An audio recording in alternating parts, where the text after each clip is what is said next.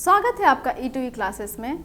आज हम इस वीडियो में बात करेंगे समाचार लेखन की उन संपूर्ण जानकारी के बारे में, संपूर्ण तत्वों के बारे में कि किस तरह से समाचार लेखन किया जाता है, उसकी क्या सीमाएं हैं, क्या महत्वपूर्ण बिंदु हैं जिन्हें ध्यान में रखकर समाचार लेखन किया जाता है और वो सारे बिंदु जो आपके उत्तर के आधार बन सकते हैं। तो चलिए शुरू करते हैं।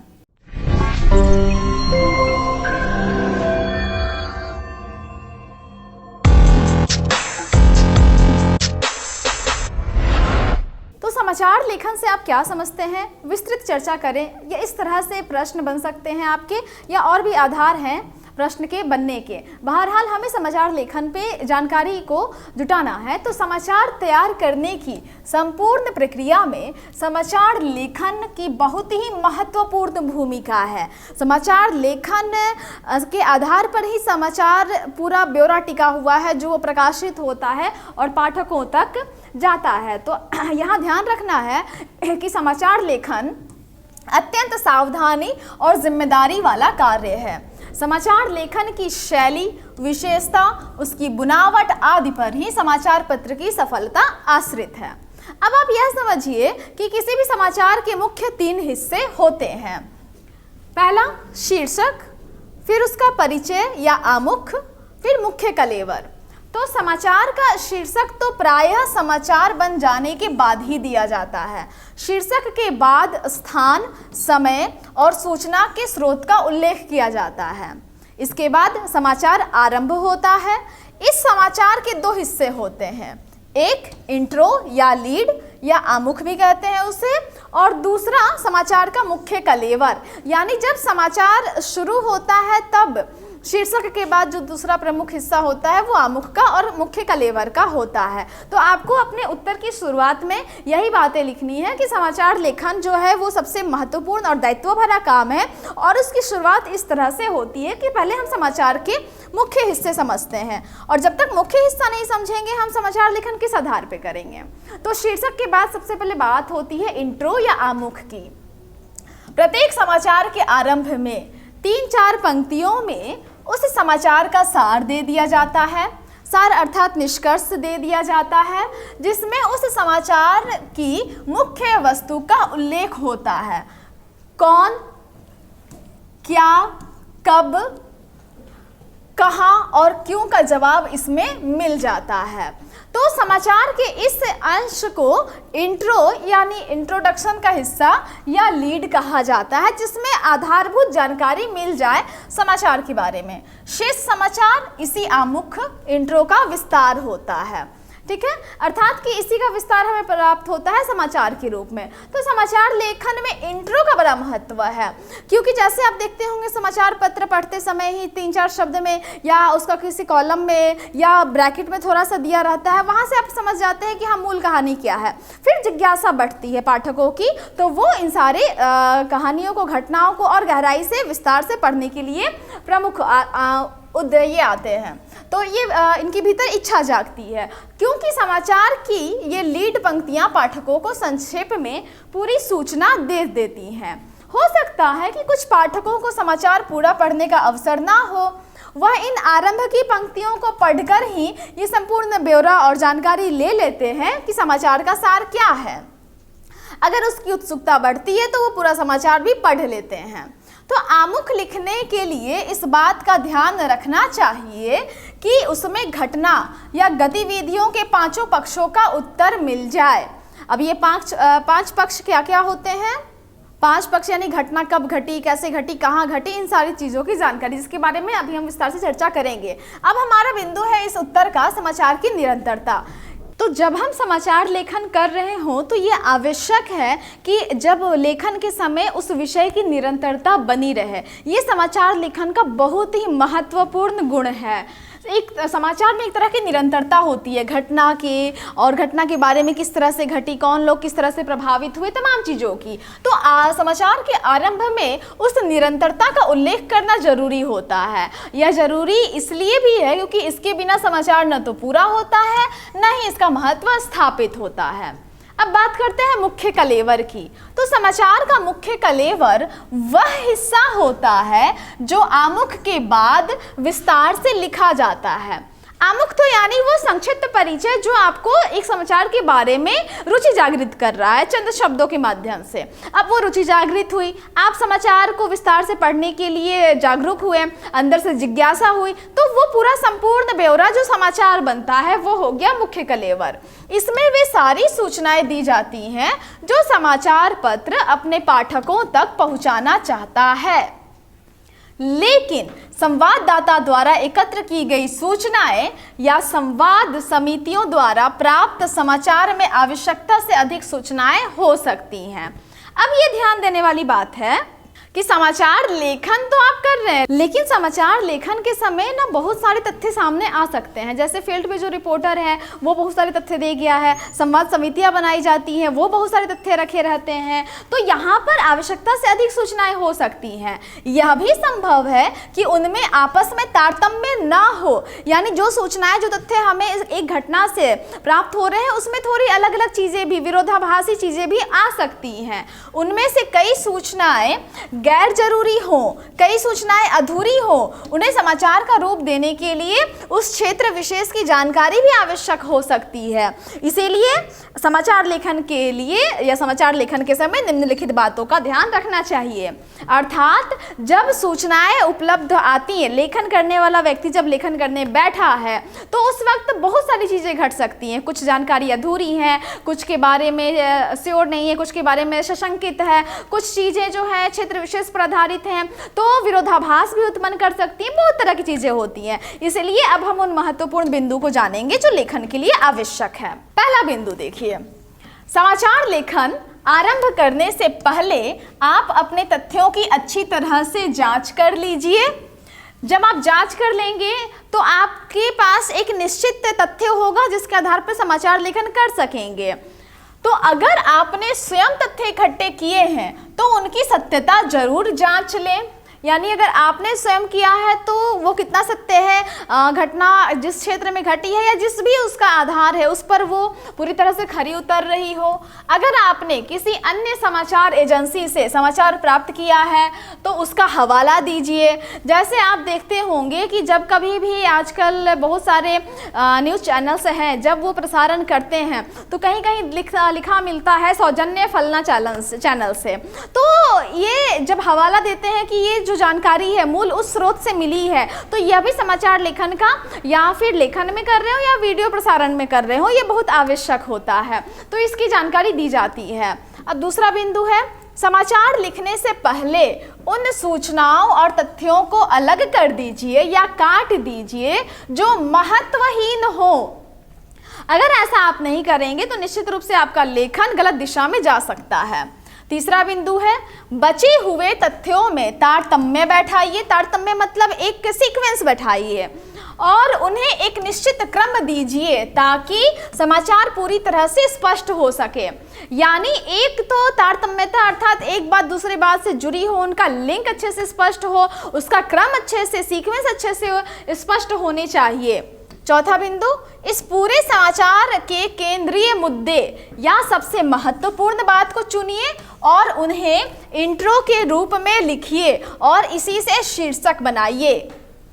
अब देखिए, आपके सिलेबस में अगर ये टॉपिक है शीर्षक या समाचार लेखन के साथ और भी चीज़ें, तो वो कहीं ना कहीं इसी समाचार लेखन के अंतर्गत तो सारी चीज़ें पूरी हो जा रही हैं। अलग से शीर्षक कैसे दिया जाता है इस पर चर्चा करने की आवश्यकता नहीं है, आप यहीं से पंक्तियां निकाल सकते हैं। तो जब आप चीज़ों को शॉर्ट कर रहे हैं समाचार लेखन के संदर्भ में, तो सबसे पहले इस पूरा समाचार का केंद्र क्या है यह आप निकाल लिए। इसी से आपका इंट्रो बनेगा। आप 10 पंक्तियों में या 10 शब्द में या किसी भी तरह से इंट्रो तैयार कर रहे हैं, उस इंट्रो के आधार पर ही शीर्षक बनेगा। तो ये काफी आकर्षक लेखन के बिंदु हैं। अब पांचवा बिंदु की बात करें तो समाचार को निष्पक्ष होकर लिखिए। निष्पक्षता आवश्यक है, तथ्यों को तोड़िए मरोड़िए मत, परंतु समाचार पत्र की दृष्टि या अपने दृष्टिकोण के अनुसार उसको स्पष्ट कीजिए, क्योंकि आपके समाचार पत्र की या आपकी अपनी अलग से पहचान बने जिसे आपको बरकरार रखना है। यानी आप तथ्यों को तरोड़ मरोड़ के पेश नहीं कर सकते हैं, लेकिन आपकी शैली, आपके समाचार को प्रस्तुत करने में वो तरीका हो जो आपको एक समाचार लेखन के रूप में समाचार लेखक के रूप में स्थान दिलवाता है, आपकी अलग से पहचान बन सके। वो दृष्टिकोण स्पष्ट करेंगे कि हाँ, इस घटना से ये बात निकल रही है, इसका ये महत्वपूर्ण अंग है, या इस तरह से इसकी और शाखाएं निकल के आ रही हैं विचारों की। तो ये सारी चीज़ें लिखने से समाचार लेखक की अपनी पहचान बनती है।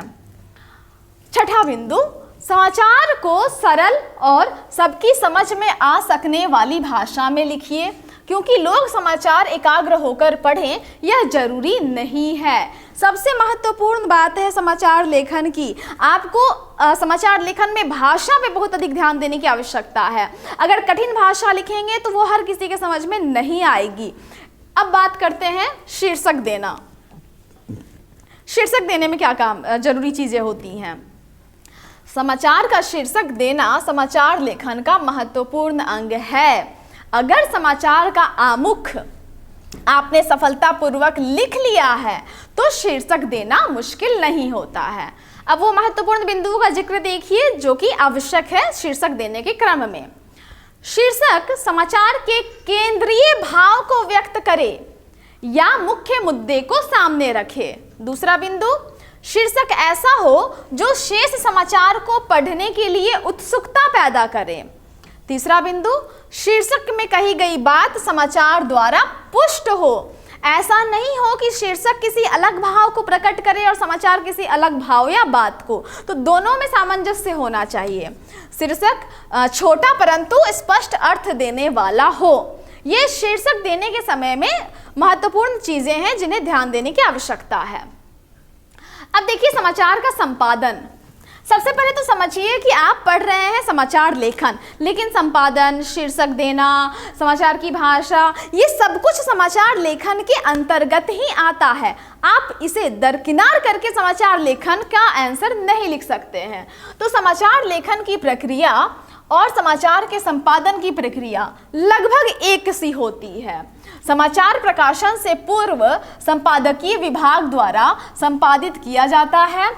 कई बार समाचार लेखन और संपादन का कार्य एक साथ होता है और कई बार अलग अलग। ये निर्भर करता है क्योंकि संपादन में वही देखा जाता है कि भाषा कैसी है, उसको लिखा कैसे गया है, उसको सजाया किस तरह से गया है, किस पृष्ठ पे है। लेखन के समय जो जो चीज़ें, जो जो महत्वपूर्ण बातें ध्यान दी जाती हैं, लगभग संपादन में भी उतनी ही चीज़ें होती हैं। और कहीं कहीं किसी किसी अन्य अलग अलग मैटर में वो शैली जो है बदल जाती है, लेकिन लगभग एक है।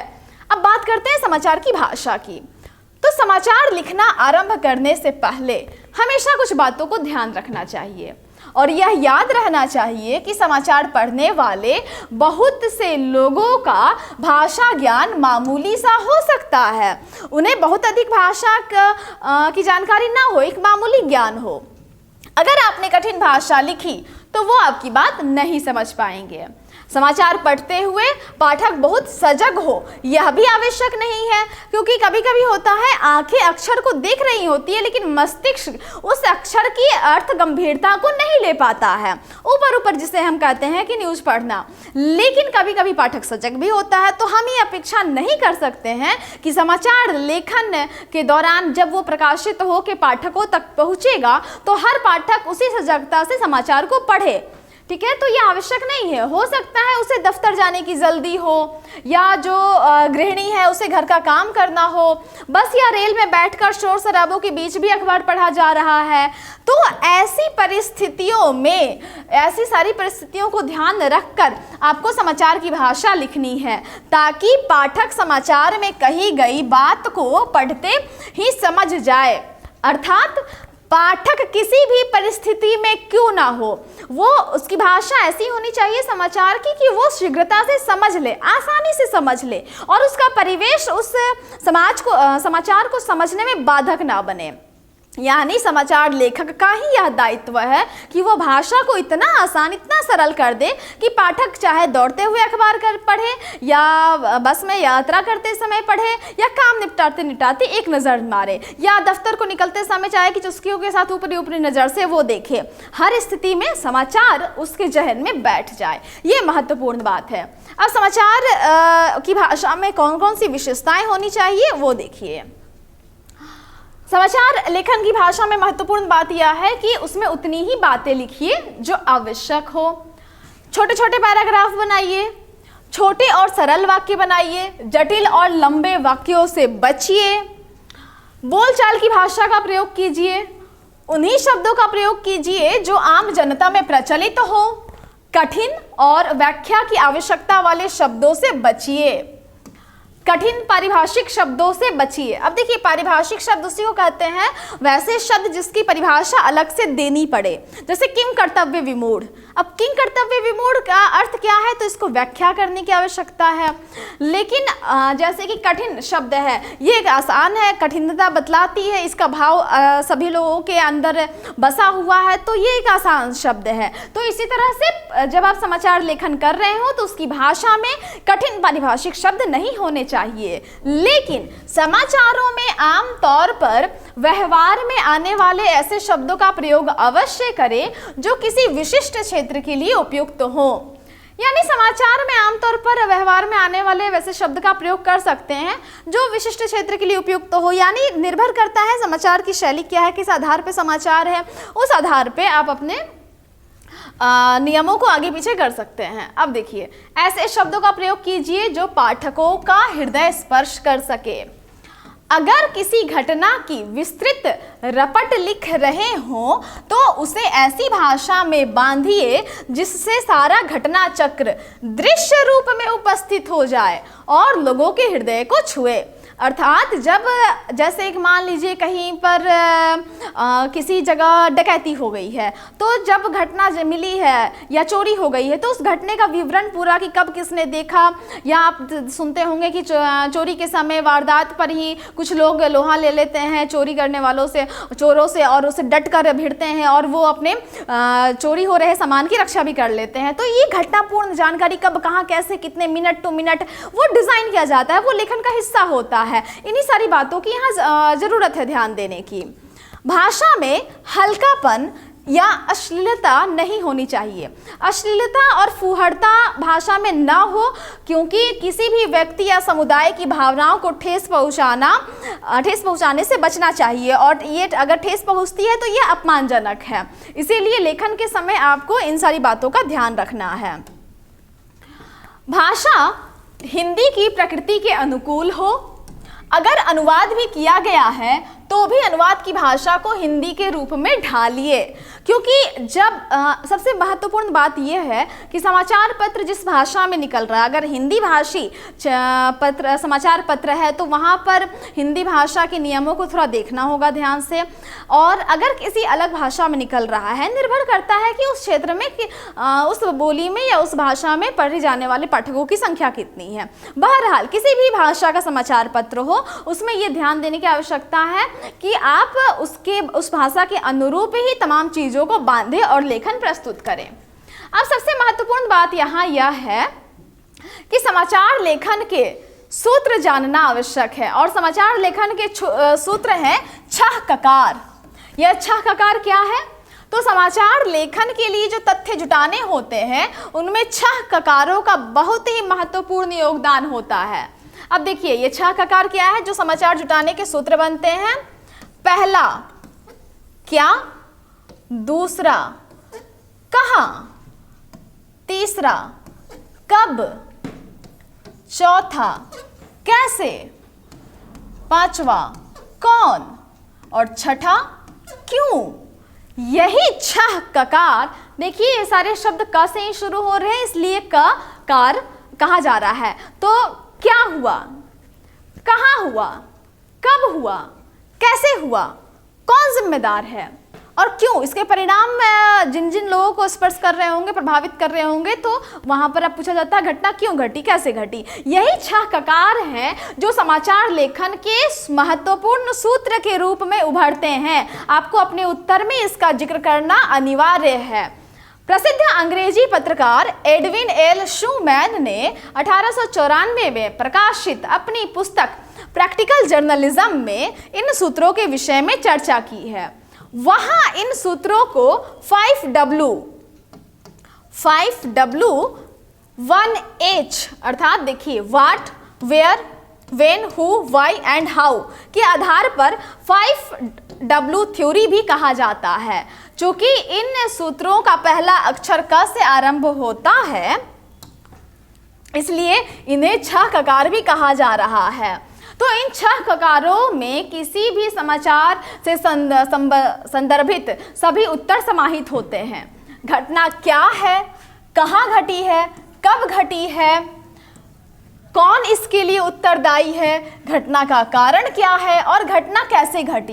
इन सवालों के जवाब न केवल एक समाचार लेखन की उपयोगिता को सिद्ध करते हैं, अपितु इन सूत्रों के आधार पर लेखक जो तथ्य जुटाता है, वे समाचार पाठकों के मन में भी समाचार के विषय में जानने की जिज्ञासा पैदा करते हैं। यानी इन 6 ककारों के आधार पर जब समाचार जुटाया जाता है और उसका लेखन केंद्रित किया जाता है, तो वो पाठकों के हृदय में समाचार के प्रति जिज्ञासा भी बढ़ाता है।